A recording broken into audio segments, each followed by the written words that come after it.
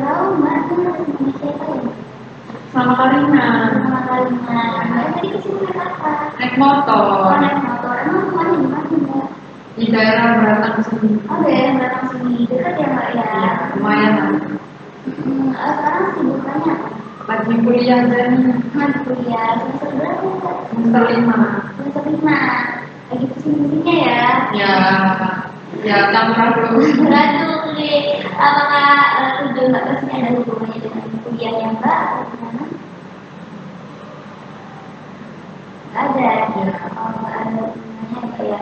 Kalau boleh tahu Mbak di sini tujuannya Untuk konseling. untuk melakukan konseling berarti kalau sebelumnya Mbak Karina sudah pernah melakukan konseling? Belum pernah. Belum pernah. Ini pertama kali. Oh, pertama kalinya berarti ya Mbak ya? Iya. Baik, karena Mbak Karina sebelumnya sudah pernah melakukan konseling, di sini saya menjelaskan dari itu ya Mbak ya, bahwasanya di sini konseling ini kita itu sebagai proses memberikan bantuan kepada Mbak sebagai konseling, di mana saya sebagai konselor akan membantu Mbak menemukan solusi dari permasalahan yang Mbak ini.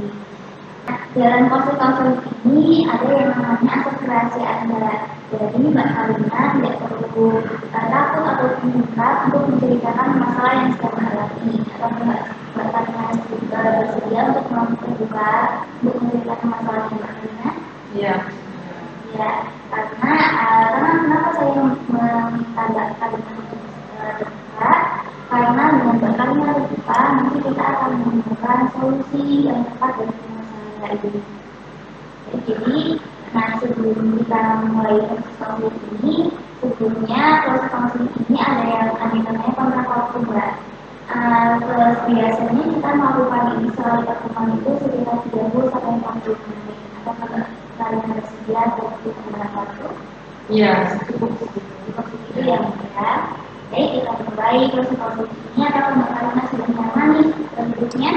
Iya, sudah nyaman. Nah, bisa Mbak Karina ceritakan masalah yang sedang Mbak alami?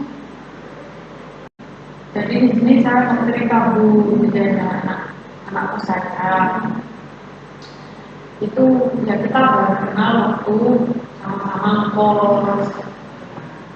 Terus habis itu karena ya namanya sama-sama anak kos ya kita saling membantu. Karena kita sama-sama ngerasain dari anak kos, nggak mau ngerasain susah. Maunya ya seneng bareng, susah bareng. Terus tapi dia itu padahal saya itu nggak mau dia baik. Karena teman, dia juga baik sama saya. Ya saya juga baik lah pasti sama dia. Ternyata dia tuh itu apa? Belum lama ini itu dia. Saya diceritain teman saya yang sama kosnya, dia itu udah dengan saya baiknya di depan doang, belakang enggak. Tapi lah, cepu lah, kayak gitu kan. Terus habis itu, ya saya kaget dong, saya kayak gitu sih. Terus habis itu, tak lama kemudian, dia ngajak saya. Karina itu apa? Kayaknya di depan doang, enggak. Saya kaget kan waktu itu nah ini dari malam sama aku kayak sama saya itu enggak. Aku tanya kamu bisa bilang kayak gitu kan? Ngomong ternyata dia tuh apa sebelum dia chat aku itu temen itu ngomong itu lomba dia loh apa dia kesampaian loh soalnya dia cari penumpang ke anak-anak ya aku bayangin lah ya Allah kayak ini cari penumpang padahal ya kita kan menurutnya sama-sama baik semua nggak ngomongin sampai kayak gitu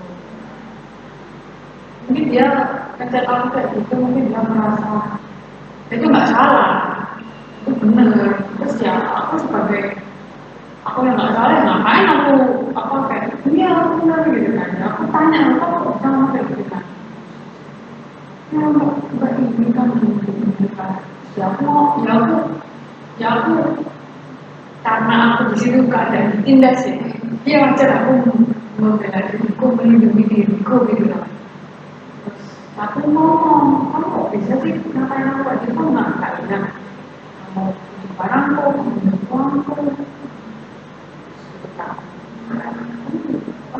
Kamu tak ya kamu tak bikin kalau kamu nggak ingat gitu nah habis itu apa namanya kamu loh kasih hati nggak ngantuk gitu.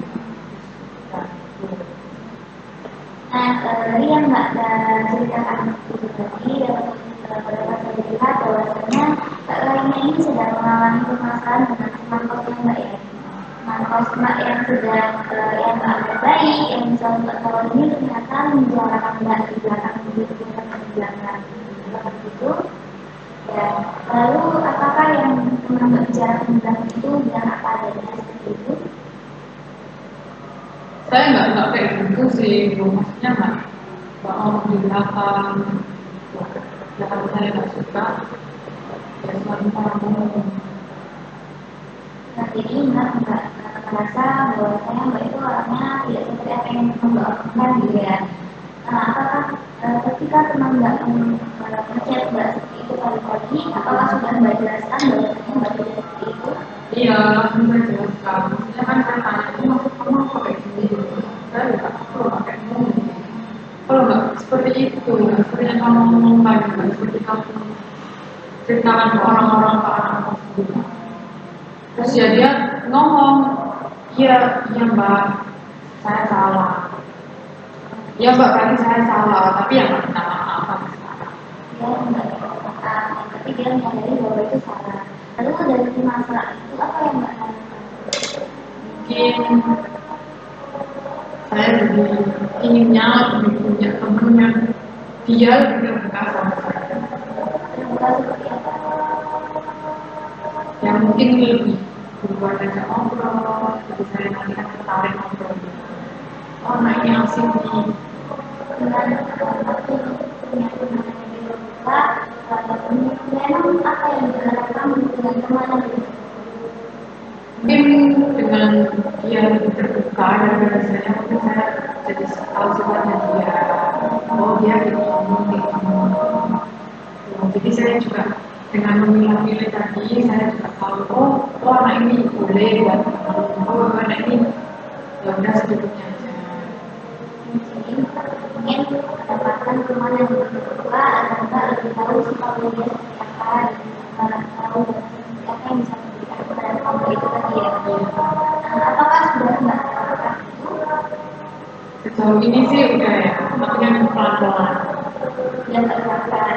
Lalu apakah ada kendala ketika Mbak melakukan itu? Mungkin kendalanya karena sama-sama orang baru ya, jadi nggak semua orang baru kan bisa langsung terbuka. Tadi kan Mbak bilang kendalanya kalau susah terbuka, susah membuat orang lain orang baru itu terbuka dan dan susah jadi sulit untuk mencari tahu sifatnya orang itu. Lalu menurut Mbak dari masalah itu dari kendala itu apa yang bisa dilakukan? Mungkin saya pelan-pelan mengubah buat ngajak ngobrol di luar. Berarti kedua untuk memancing dia. Tadi dapat saya simpulkan ya. Jadi di sini dari teman-teman di sini yang memiliki permasalahan dengan yang sama ini baik, ternyata menjadi lalu yang Mbak harapkan adalah ingin mencari teman yang bisa berbuat kepada supaya Mbak bisa tahu sifatnya dia dan Mbak bisa memberikan batasan apa yang akan Mbak lakukan kepada orang-orang yang baru kenal. Nah, tapi ternyata sudah melakukan itu dan kendalanya adalah Mbak sulit untuk melakukan itu karena orang baru ternyata tidak seperti itu untuk memulai pembicaraan Mbak. Iya, Pembicaraan iya Mbak. karena nggak semua orang kan sifatnya Karena tidak semua orang. Tapi kalau menurut Mbak nih, apa yang membuat orang itu suka atau memulai pembicaraan dari dulu ke Mbak? mungkin karena baru kenal pertama awal dari introvert kita mungkin bingung apa yang Tadi pinginnya adalah bisa memulai pembicaraan duluan. Nah, di sini dari yang berucapkan tadi itu sudah bagus. Saya itu bisa sudah melakukan dan memang ada sedikit kendala. Nah, di sini saya akan mencoba untuk mengingatkan kendala itu tadi untuk berani coba berbicara kepada orang baru ya Pak ya. Nah, di sini saya ingin menggunakan teknik kursi kosong. Dimana nanti di sini Mbak juga membayangkan untuk apa yang di depan Mbak ini orang baru yang ingin Mbak berbicara, orang baru yang ingin Mbak tahu sifatnya, orang baru yang ingin dia supaya bisa terbuka kepada Mbak supaya Mbak bisa tahu bagaimana Mbak menyikapi orang baru tersebut. Coba bayangkan saya orang baru tersebut, apa yang akan Mbak lakukan supaya saya bisa terbuka kepada Mbak, supaya saya bisa supaya Mbak bisa menyelesaikan. Halo, namanya siapa? Nama saya Nurul. Masih orang siapa? Bukan. Asli mana? Saya asli Lampung. Berarti kuliah di Surabaya sebelumnya. Iya. Terus kenapa kok jauh-jauh kuliah di Lampung? Ya, karena saya berarti di sini. Nama saya Nurul. Karena saya berarti di sini. Jadi di sini. Kenapa enggak? Di sana kan banyak kampus Lampung. Rezekinya di sini. Dapatnya di sini. Aku biasanya tanya gitu. Nggak tahu. Sampai situ duluan gitu ya. Baik, dari kesempatan itu mungkin Mbak bisa lebih ngomong di depan berarti di depan cermin untuk memulai pembicaraan dengan orang lain, atau Mbak bisa berarti ke teman-teman dekat Mbak dulu bagaimana ketika Mbak teman-teman Mbak terus praktekkan ke semua orang baru gitu ya. Jadi Mbak bisa menerapkan itu Ya mungkin pelan-pelan bisa. untuk mengatakan waktu ini karena memang waktunya terbatas dan ini ternyata sudah mendekati waktu dengan apa yang kita sepakati tadi, mungkin saya akan memberikan tugas kepada Mbak untuk saya bilang tadi untuk mencoba itu coba menerapkan itu di depan cermin dan coba menerapkan itu ke teman-teman Mbak, teman-teman dekat Mbak dulu. Ya. Nanti saya coba. Baik. Nah, nanti kalau sekiranya kita mencoba itu dan ada kendala, mungkin bisa chat saya ya. Nah, semua itu yang apa yang akan saya berikan tugas itu tadi nanti akan kita cross check, nanti akan kita evaluasi di pertemuan kita selanjutnya. Kira-kira nggak ada ucapan? Mungkin nanti saya kabarin lagi. Bisa hubungi saya nanti satu ya Mbak ya.